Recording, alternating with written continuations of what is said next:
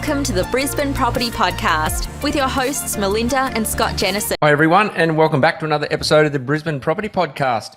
My name's Scott Jennison. I'm the Acquisitions Manager here at Streamline Property Buyers, and it's fantastic today, really exciting. We love getting great guests with us, and today I think we'll have a really good chat to Nicola McDougall. Welcome, Nicola. Thank you for having me. It's fabulous to see you both. Fabulous to see you too. It's Melinda Jennison here, Managing Director of Streamline Property Buyers. Now, for those who don't already know Nicola, she's got a very long list of accolades behind her name. If you pop over to her LinkedIn profile, you will read all about her. But first and foremost, especially for today, Nicola is the chair of the Property Investment Professionals of Australia. PIPA is the acronym that we use when we are members of the association group. And we're going to find out a little bit more about this association today. Of course, Streamline Property Buyers are members of PIPA, and they are the organisation that also offer the qualification to become a qualified property investment advisor, something that we always encourage anyone in the industry to look after, but the list goes on. And for those listeners as well, other than listening, but if you want to read a book, Nicola is also the co-author of The Female Investor and a couple of other books, Nicola, the Property Investing for Dummies, Buying a Property for Dummies, and Property Investing Essentials for Dummies. So a little bit of writing as well in your spare time, I think, from the busy schedule that you have. Oh, definitely. I mean, I wrote those books, and I'll be clear that with the Property Investing for Dummies series, it was an updated edition, so it wasn't as taxing as actually writing a whole book from scratch. But fundamentally, all of those 4 books were produced in an 18-month period, which was last year. And needless to say, no more books for me this year, probably not next year either. You've probably run out of time, Nicola, because I know behind the scenes there's some very, very big news that is hot off the press. I mean, at the time of recording this week, in fact, this news has come out. And of course, by the time listeners are reviewing this podcast or listening to this podcast, it still will be very relevant news. So the 9th Annual Property Investor Sentiment Survey put out by PIPA, results have just actually been released this week. Nicola, you've been busy talking to the media since those results became public. Yeah, yesterday was the day that the results were released publicly. And look, it's a project that's several months in the making every year. It's our ninth annual one, as you mentioned, Melinda. We always run it in August every year as well, so over a 3-week period. So that makes it, particularly statistically reliable when we're running it at the same time every year. This year we actually had a record number of survey respondents as well, so some 1,724 survey respondents. Over the years, certainly from last year to this year, the survey evolves. It's getting quite large, and every year we, make sure that we're asking questions based on current investor sentiment. And last year was the first time, which is a bit embarrassing to say, but we would always ask investors about their sentiment about buying, and then last year we decided to start asking them about their selling intentions for the year ahead, but also whether they had sold something in the past 12 months. Last year was the past 2 years, and where they sold and why they sold. And as we know, last year our survey came out and it showed that I think it was 45% of investors last year had sold at least one property in Queensland. And we released that, and obviously there was a lot of campaigning going on at the time, but 6 days later that ridiculous interstate land tax that Queensland government had enacted was repealed. So that was amazing that we, PIPA, and our members and investors played a part in potentially getting that legislation repealed.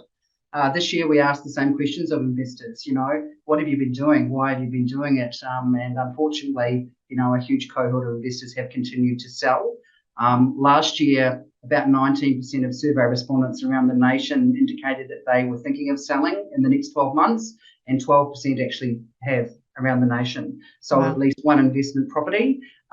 What was really interesting again was that nearly 40% of investors who indicated they'd sold had sold at least one dwelling in Queensland. So Queensland was again the number one, not in a good way, location around the nation where investors had sold, followed by Victoria. The number one city where investors have sold in the last 12 months was actually Melbourne, and then followed by Brisbane and regional Queensland.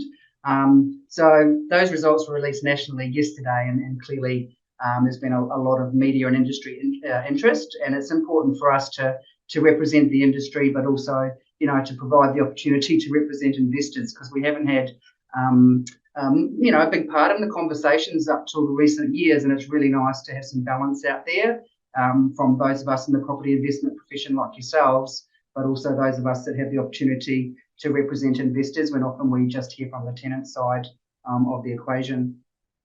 Nicola, I know that when you talk about representing, and this is for some of our listeners that probably don't know a lot about Pippa, so you represent obviously the investors on the property side of things. How much of a voice do you guys have when you talk about governments and doing legislation and changes, and as you said, the land tax and all those types of things? How much of a voice do you guys actually have when it comes to that sort of those decisions, or debating those decisions sometimes? Oh, good question. It's growing year on year, and that's a fabulous thing to say as someone who's been on the board for 9 years and the chair since the start of last year. And that's been a concerted effort, over the last 18 years from our founding members all those years ago, and the association has grown every year.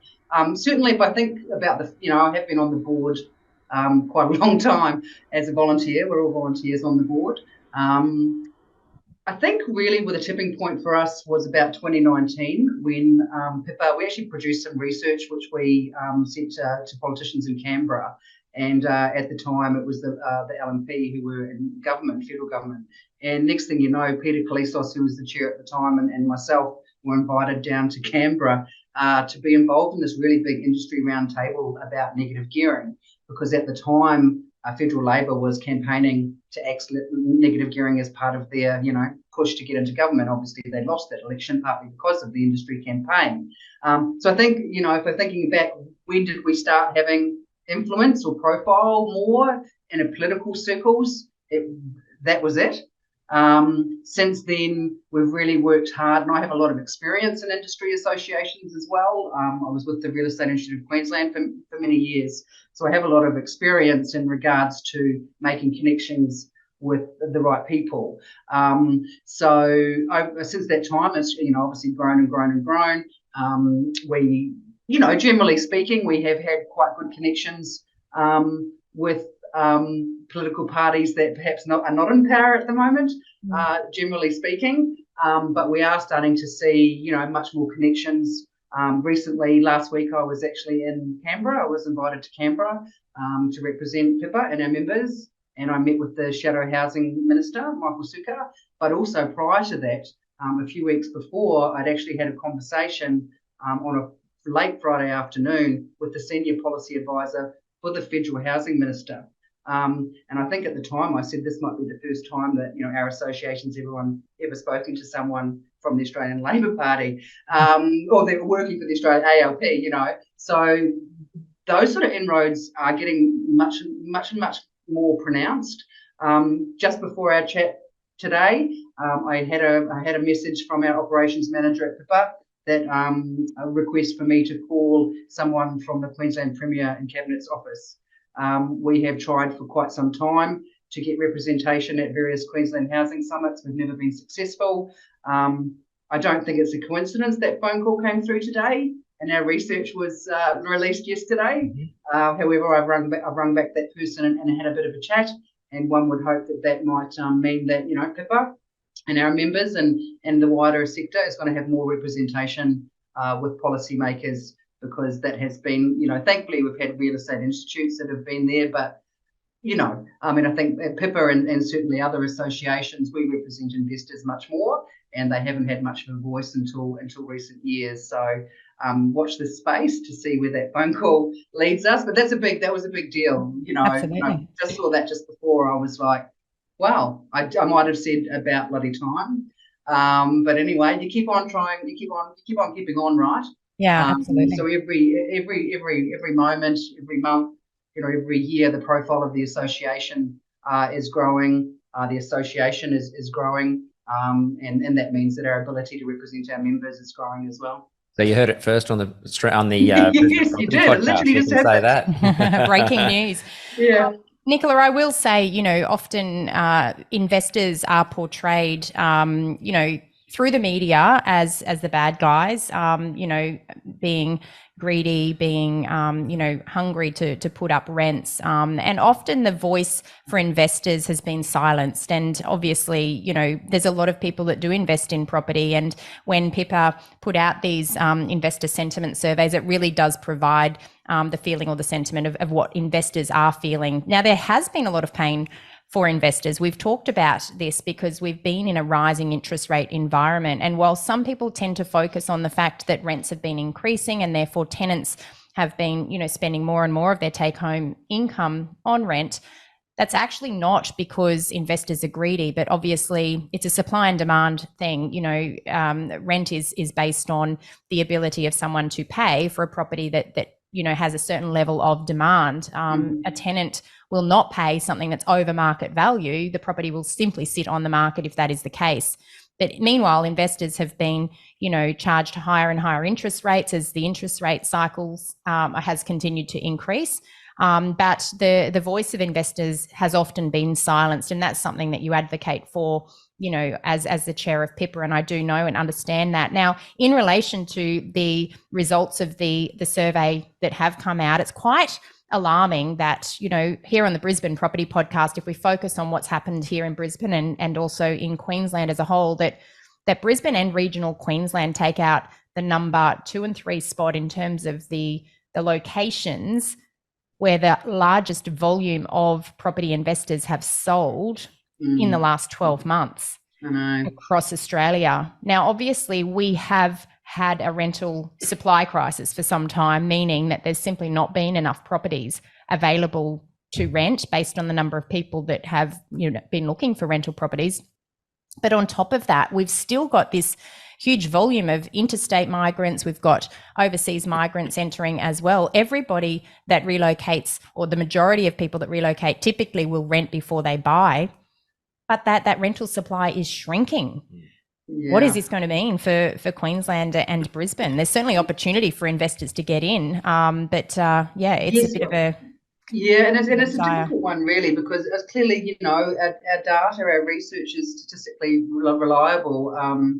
And until last year, no one really, what's the weirdest thing was that, until last year in our survey, no one ever bothered to ask investors about their selling, what if they were selling, and that's kind of embarrassing for us as well. But, and so now we actually have started to create this data set because it actually didn't exist. No one ever bothered to, so it's really hard to do like historical averages because the data's not there. I know CoreLogic's doing some great things this year in regards to potential sales that are implied former investment properties. So, yeah, it's kind of, when you think about the fact that investors didn't have a voice or much of a voice, a lot of places weren't even tracking what they were doing, in regards to selling. So, and it's interesting here in Queensland that the results were so high over the last 12 months. I was a little taken aback by that. What was really interesting with the results as well was that last year, the number one reason nationally that investors were selling was to make the most of rising market conditions.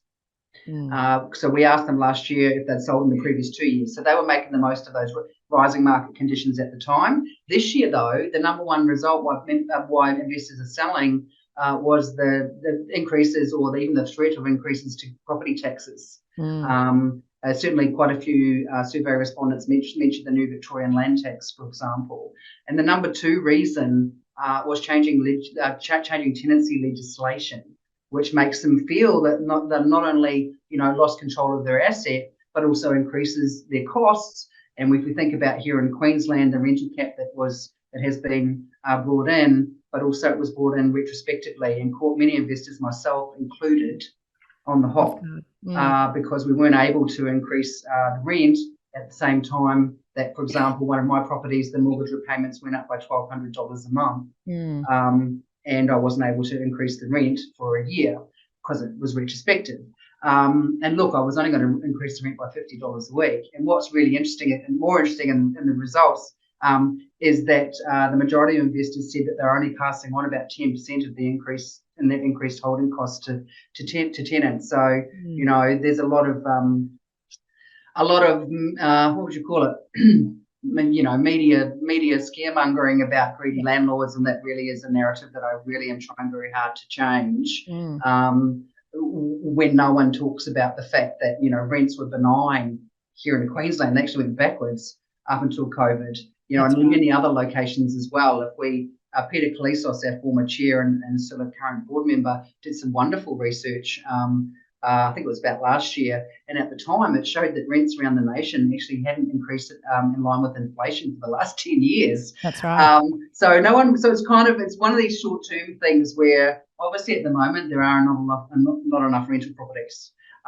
That's for a bunch of reasons. Yes, investors are selling. They are selling. I don't think they should, but many of them are because often they just own the one. They're probably maybe not overly educated or in regards to property investment or sophisticated, and it doesn't take much to spook them. I think, as we always talk about, property investment is a long-term strategy, and that requires having the ability to ride out peaks and troughs of markets, ride out changing policies, which happen all the time, unfortunately, and they shouldn't. But unfortunately, what we're seeing at the moment is that investors are, for a variety of reasons. The number three reason why investors were selling were rising interest rates. Of course, I thought that would be number one, but it's number three. So that's really interesting as well. Absolutely. So yes, look, the supply issue is, there's myriad reasons why we have a massive supply issue. It actually started happening in 2015 when investors couldn't get access to finance because of APRA changes, and it actually started going down from there. Hit a rock bottom in 2020, and only relatively recently has gone back to historical averages. So if we think it's 2023 versus 2015, we had many years when the normal volume of investors transacting weren't happening, and now we've actually seen a huge volume of them offloading at the same time as we have record overseas migration. Blind Freddie can work out what's happening there. Absolutely. And I will say also that for every property investor that sells, it's not actually necessarily selling to another property investor. So it really does shrink the supply. And in fact, this is also something that your survey sought to understand, and you actually asked investors if they did sell, who purchased the property, and you've got some incredible results in relation to that as well, which does confirm that the rental supply has shrunk. Can you share with us the results in relation to who did buy the properties that investors sold? Yeah, 73% of those properties were bought by home buyers or home owners, so they could be existing, an upgrader, a downgrader. It could be a first home buyer. What was interesting in the results was that last year, 33% of those investment dwellings were bought by other investors, whereas this year it was only 24%. And one argument that I always get when we say numbers like this, if a first home buyer bought one, isn't that good? And I always say, yes, it's always good because we encourage a home ownership. But they go, well, that means that they've moved out of a rental property and then that rental property will be available. And I'm like, that's not necessarily the case. It's probably highly unlikely to be the case. But it's very hard to argue against some mindsets when we think about majority of first home buyers are probably in share houses. They possibly are still living at home. We do have a little bit of pushback when we talk about, the volume of first home buyers that might have bought that stock. But it's important to understand that generally speaking around the nation, history shows us we have around about 30%, give or take, of rental accommodation, 30% of the market being rental accommodation. That's kind of stable, static, because people are renters at different times of their lives for different reasons. There is a percentage of people that will be long-term renters because they'll never be able to purchase a property. We're never going to have 100% of people in any nation that can afford to purchase a property. We have people that are, coming into the rental market for short-term periods, those that are at uni, whatever it might be.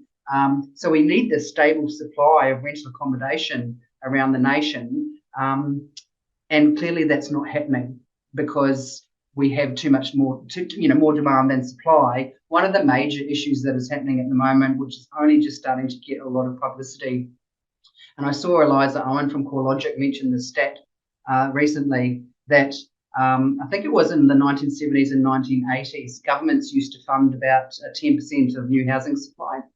It's now under 2%. So if you want to know, and then we're talking about social housing here, and affordable housing. So they used to fund 10% of everything that was built. And then I guess once private investors came into the market, they decided that they didn't need to do that anymore because we'd just do it right. And that's less than 2% now. So that, I think, that is the major issue that has happened. And what's really interesting from an industry point of view, and I guess from a representation point of view, when you kind of go, okay, so they stopped funding social and affordable housing, relying on private investors to do it, at the same time using us as cash cows all the time. Do you know what I mean? I would love to see. I would love to see something. I have mentioned this to a couple of different potential policymakers. Some incentivisation policies being brought in that would incentivise investors to not only get into the market, but to stay in it.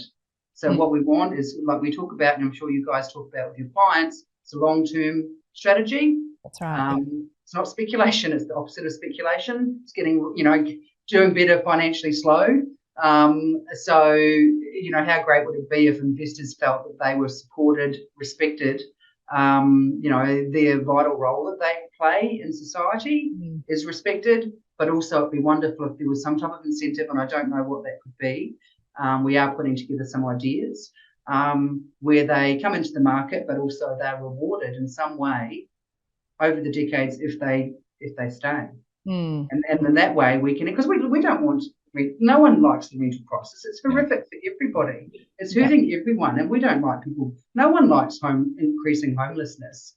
So how do we fix it? Well, we actually hopefully have a conversation with all the people involved, not just one side, with everyone involved, and also treat them with dignity and respect, both sides.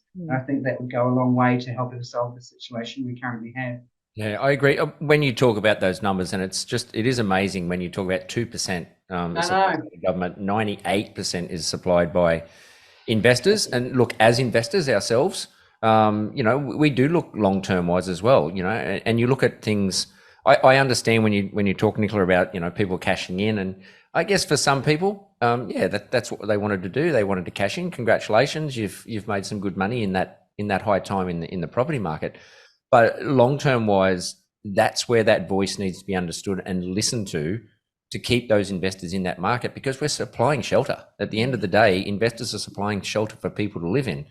If you don't encourage it and you don't, turn around and do things like rental freezes and land taxes and all these types of things that are pushing people away from that, otherwise they'll invest their money elsewhere. But at the end of the day, people investing it's actually a good thing. It's a very positive thing, and I think there's good opportunities for people still. The rental, as we say, the rental market, the vacancy rates are super low. You'll get a tenant, so it is encouraging for people to invest into property. This is where we need to encourage it a little bit more. Yes, exactly. And I don't, like I said before, I don't believe that investors should be selling. Obviously, people should buy and sell whenever it suits them. However, that ability to hold for the long term and ride out the peaks and troughs of policy and market conditions is vital. Keep your eye on the horizon. Don't worry about what's in the headlines today. Keep your eye into the future for the next 20 years or 30 years. That's what counts.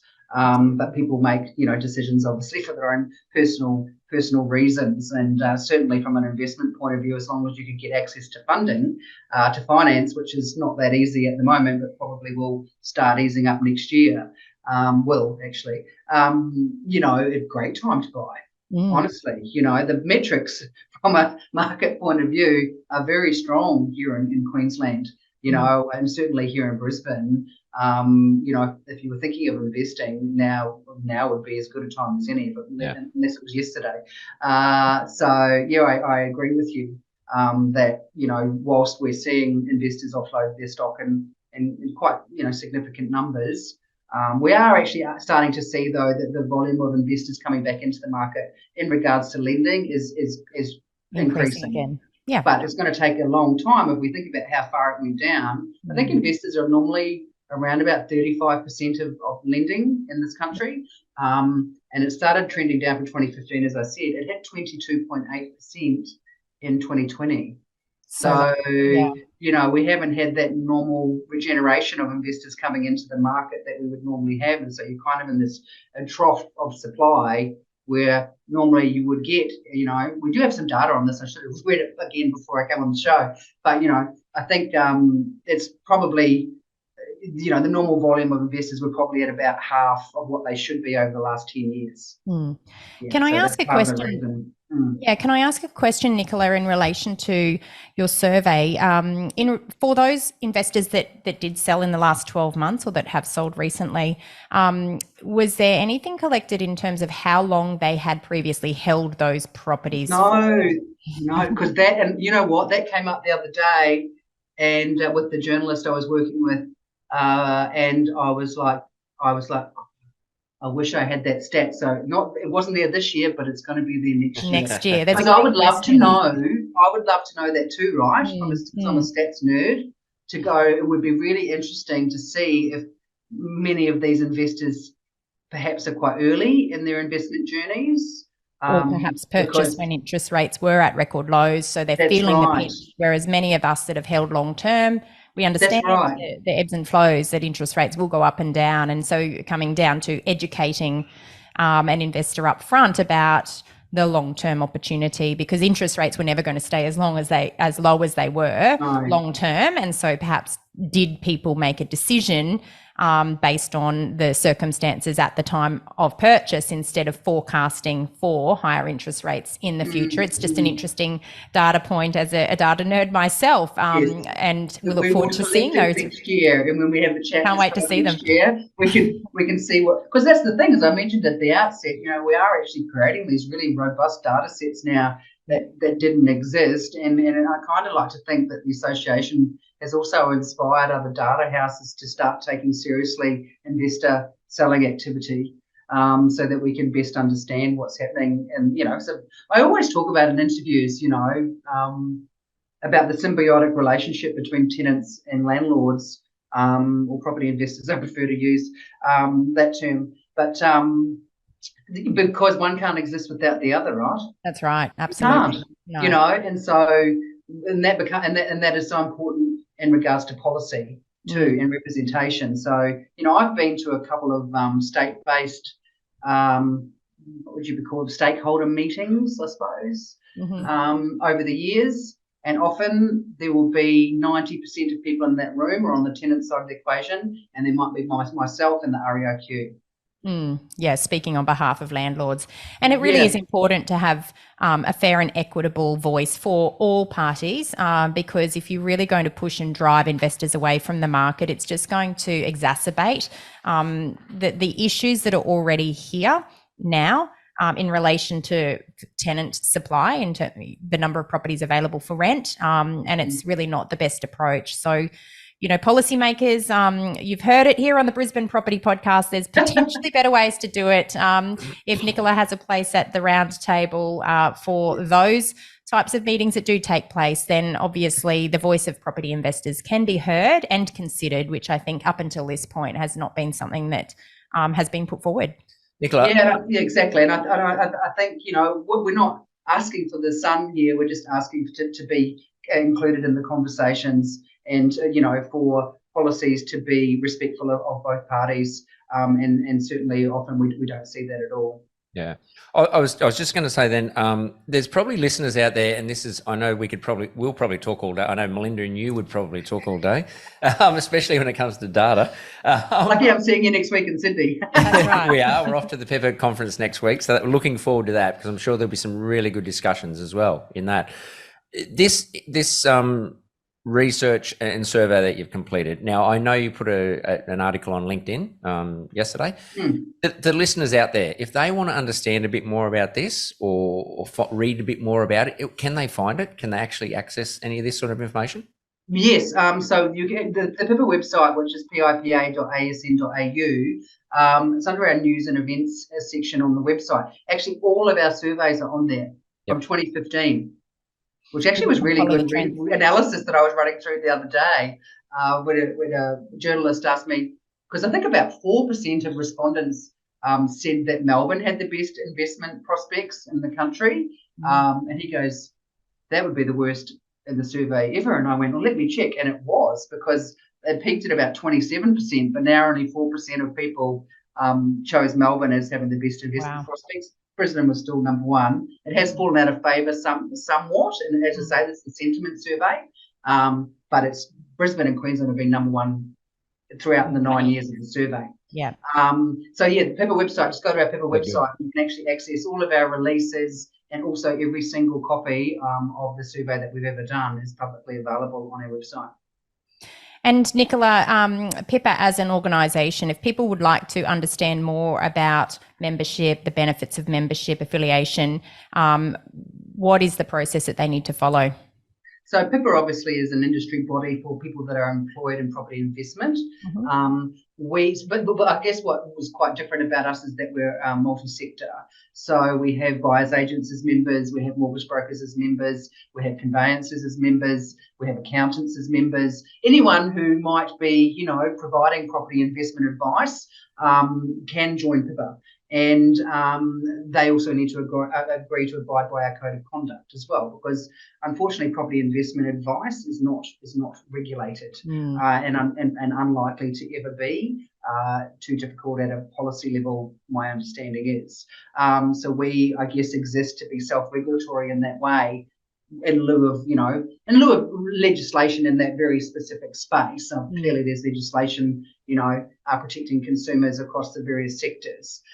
So we're an industry association for anyone who might be working or in property investment. What we also did, thankfully from our founding members all those years ago, they actually created a training program called the Qualified Property Investment Advisor course, because again, whilst you're real estate license and you're a buyer's agent or you're a mortgage broker, there wasn't actually any kind of training available out there on property investment advice.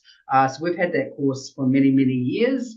I think we've had more than 600 students go through it over the years. So that's part of what we do as well, which is, we'd love people to become members of Pippa. We want to have the highest standards of business practice out there, which our members, have and abide by our code of conduct. But also we want anyone who might find themselves organically giving property investment advice, say a mortgage broker sitting down with a client, and next thing you know, they're advocating for something when they don't actually really know whether that's a good strategy or not. Then we've got the QPIA accreditation, which allows them to actually be educated and give, professional advice that their clients will, protect their clients. So the other two sort of things that we mainly do, obviously the representation as well, but all of the information is available on our website. And the association has grown significantly over the years, which is a wonderful thing to witness. And the QPIA, we have more than one of those in our office. They're a bit more qualified than the someone sitting around on the barbecue having a beer on the back deck. Exactly. And what we want is, as many people as possible who are serious about being, the very best property investment advisor they can be. Consumers really need to look for that QPIA qualification, because that's a sign that someone has actually, gone off and done, this training program so that they can be the best version of themselves for their clients. Absolutely. I would love to see it at some point in the future, given that we are, self-regulatory. We unfortunately are unlikely to ever see regulation in our space. So I would love to see it sometime in the future, probably not while I'm still chair, but where if anyone's thinking of investing or even buying a property, they check that they don't even bother working with someone unless they're members of the main associations. Yep. And that can be ours, it can be others. But then also, if they are going to be getting property investment advice from somebody, make sure they've got a QPIA and don't work with them if they don't. I would love that. Could you imagine that? It would be amazing. Such a massive investment. Also, I think what's happened is, in regards to the rental prices, a lot of people, unfortunately, they buy an investment property without using professional advice. And it's probably more likely than not that they go off and buy something that's underwhelming. Absolutely. It's inferior. It's in a bad location. It performs badly. It doesn't, the capital growth is woeful, or the rent, the cash flow is super negative. They can't afford to hold it, right? And I think that's why we see what I call accidental investors, or people that are churning, they're selling in the first few years, in the first 5 years, because they bought a dud, because they went off and did it themselves. I feel that if more and more consumers use qualified professional investment advisors, they're going to be buying, a superior asset that's got capital growth and income producing, potential superior to what they could have done on their own. And therefore, I believe they would have much more chance of holding that property for the long term, and we wouldn't see the issues that we're having now. So I know it's a lofty goal. My dad always said there's no point aiming for the middle. That's what I would like to see, because that is actually part of the solution, right? Is for people to actually work with experts to make sure that, because most people are only going to buy one investment property, they might buy two, as we know. Yeah. Make sure they're the best ones you can get, and probably highly unlikely that you'll be able to, source one that could be, in the same league as professionals in this space. So absolutely, a bit of a rant there, I'm sorry, but I would just say to all your listeners, please make sure that the person that you're choosing to work with and that you're paying a fee and potentially buying a property that's $600,000, $700,000, $800,000, make sure that they're in membership of the industry associations, make sure that they have the necessary qualifications, and make sure they know what they're talking about. It's something that we often talk about on our podcast. Make sure that you understand who you're working with. You mentioned a lot of investors do it themselves, and they do purchase underperforming assets, and that may be a reason why they exit early. But I can guarantee you there's a lot of investors that do partner with so-called professionals who may not have the experience, and they still guide them towards underperforming assets. And it breaks my heart when that happens. But there is a way consumers can protect themselves. They can search for people who are members of PIPA. They can also search for qualified property investment advisors, and they just need to head on over to the PIPA website to be able to do that. So there are more than 600 QPIAs out there. If you're going to partner with someone to give you investment advice in relation to property, choose someone that has done the accreditation course, choose someone that's going to look after your best interest and not, someone that's just going to be transactional for their own benefit. Best advice of the day, I'd say. Thank you. And we often say as well, when you're sort of trying to stay away from spruikers as much as possible, as everyone should, make sure they follow the same strategy that they're promoting to you. Absolutely. Good advice. That's also key, right? Or make sure they actually are an investor. Yeah. A lot of fancy salesmen dressed up as investment advisors. Have you ever bought a property? Yeah. Yeah, put your money where your mouth is. That's right. Just do it and you know what? We spend more time researching a new pair of shoes or a new car. Like, how much time do we spend researching a car? But people don't spend enough time researching the people that are purporting to be experts and that they're prepared to pay a fee for, or God forbid, no fee. Even worse. Be a steep learning fee, that one. That is.